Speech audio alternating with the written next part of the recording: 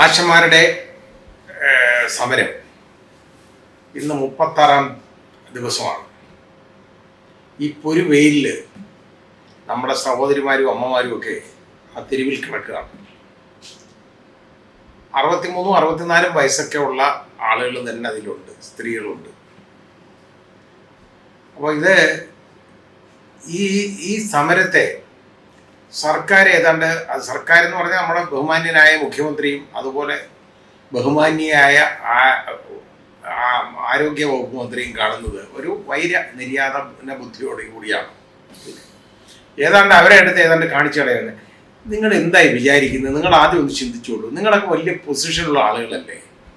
നിങ്ങളോട് ഈ പാവങ്ങൾക്ക് പിടിച്ചിരിക്കാൻ പറ്റുമോ? ഈ പാവങ്ങളോട് കരുണ കാണിക്കേണ്ടതിന് പകരം വൈരാഗ്യം കാണിക്കുന്നത് നിങ്ങളുടെ ബുദ്ധി എന്ന് പറയുന്നത് മനുഷ്യത്വമാണോ എന്ന് നിങ്ങൾ ചിന്തിക്കണ്ടേ? അതല്ലേ നമ്മൾ ആലോചിക്കേണ്ടത്. അപ്പോൾ ഇന്ന് അവരവസാനം വളരെ അത്രത്തോളം ബുദ്ധിമുട്ടായി കഴിഞ്ഞിട്ട് അവർ ഒരു തീരുമാനമൊന്നും ആകുന്നില്ല.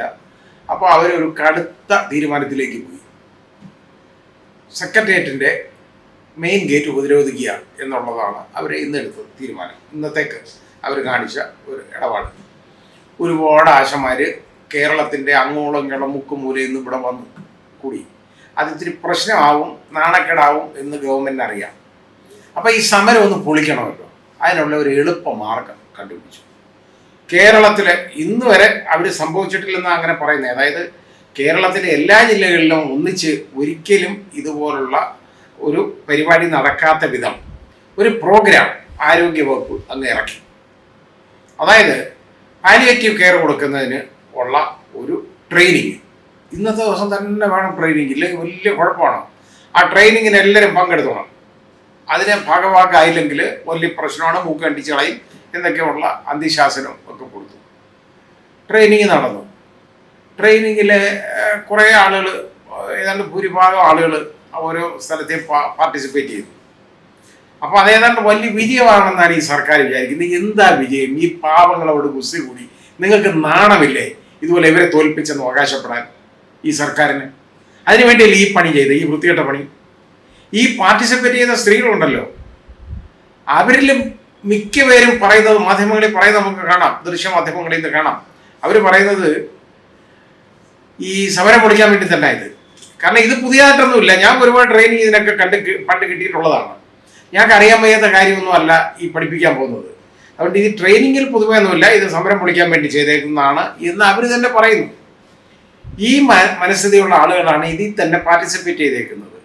നിങ്ങൾക്ക് പിന്നെ എന്താണ് നാണമില്ലേ? നിങ്ങൾക്ക് ഇതുപോലെ ഈ പാവങ്ങളെ സമരം പൊളിക്കാനായിട്ട് ഇതുപോലുള്ള പണികൾ കാണിക്കാൻ? അപ്പോൾ ഇത് അവരുടെ ഒരേ ആവശ്യം എന്ന് പറയുന്നത്, അതായത് ഇവർക്ക് ഒരു 10 മാനദണ്ഡങ്ങൾ കൊടുത്തിരുന്നു. അങ്ങനെ ചെയ്യണം, അതായത് റിപ്പോർട്ട് കൊടുക്കണം, മറ്റേത് കൊടുക്കണം, പിന്നെ എല്ലാ മീറ്റിങ്ങുകൾ വിളിക്കുന്നതിനകത്തെല്ലാം പങ്കെടുക്കണം, ക്യാമ്പിലെല്ലാം പങ്കെടുക്കണം. ഒരു ക്യാമ്പിൽ ഏതെങ്കിലും ഒരു ഡോക്ടർ വന്നില്ലെങ്കിൽ പോലും അത് ആശമാരുടെ കുഴപ്പമാണ്. ആ രീതിയിലാണ് കാഴ്ചപ്പാട്. എന്തോന്നറിയോ കാര്യം? ചോദിക്കാനും പറയാനും ഇവരൊക്കെ ആരുമില്ല. അത് കാരണം ഇവരുടെ ശമ്പളം അല്ല, ഇത് ഓണറേറിയം എന്ന് പറയുന്ന ഈ പിച്ചക്കാശുണ്ടല്ലോ, അതിൽ നിന്ന് കൈയിട്ട് വരാൻ പിടിച്ചു പറിച്ചെടുക്കാം. വേറെ ആരുടെയും പിടിച്ചു പറിക്കാൻ ഗവൺമെൻറ് ഒക്കത്തില്ലല്ലോ.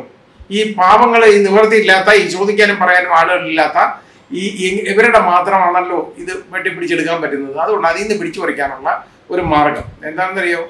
5 മാനദണ്ഡങ്ങൾ എങ്കിലും നിർബന്ധമായിട്ട് പാലിച്ചിരിക്കണം. ഇല്ലെങ്കിൽ ഇവരെ പറഞ്ഞേക്കും. ഇനി പാലിക്കാത്ത ഓരോ മാനദണ്ഡത്തിനും 700 രൂപ. ആകെ ഒരു മാസം കിട്ടുന്നത് 7000 രൂപയ്ക്ക് അടുത്താണ് കിട്ടുന്നത്.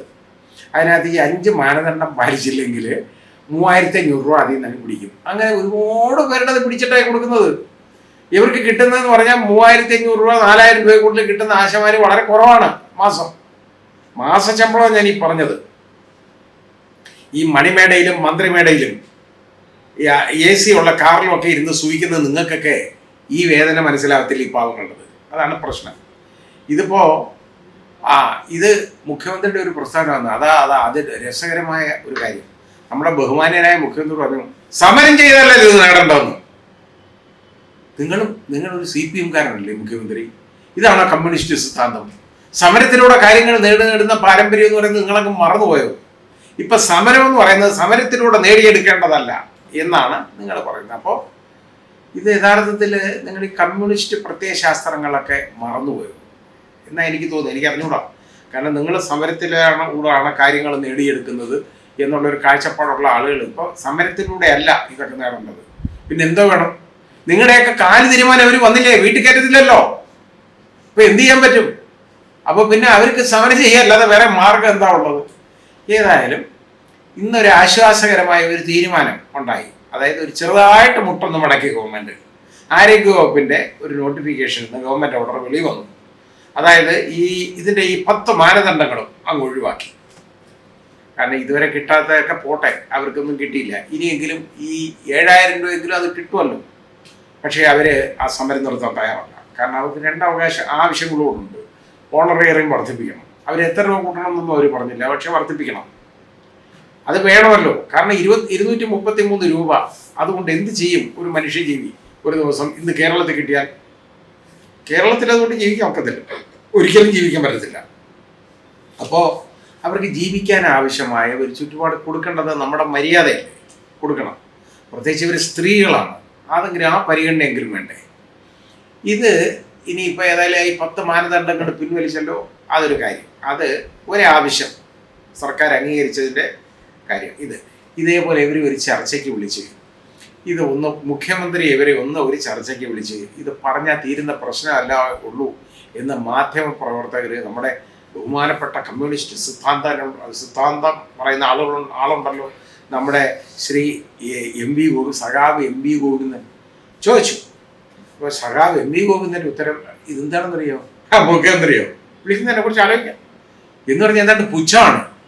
മുഖ്യമന്ത്രിക്ക് എവരെയൊന്നും കാണാൻ ഒക്കത്തില്ലല്ലേ? പിന്നെ സഖാവ് പിണറായി വിജയൻ നിങ്ങളെ എന്തിനാ വിളിക്കുന്നത്?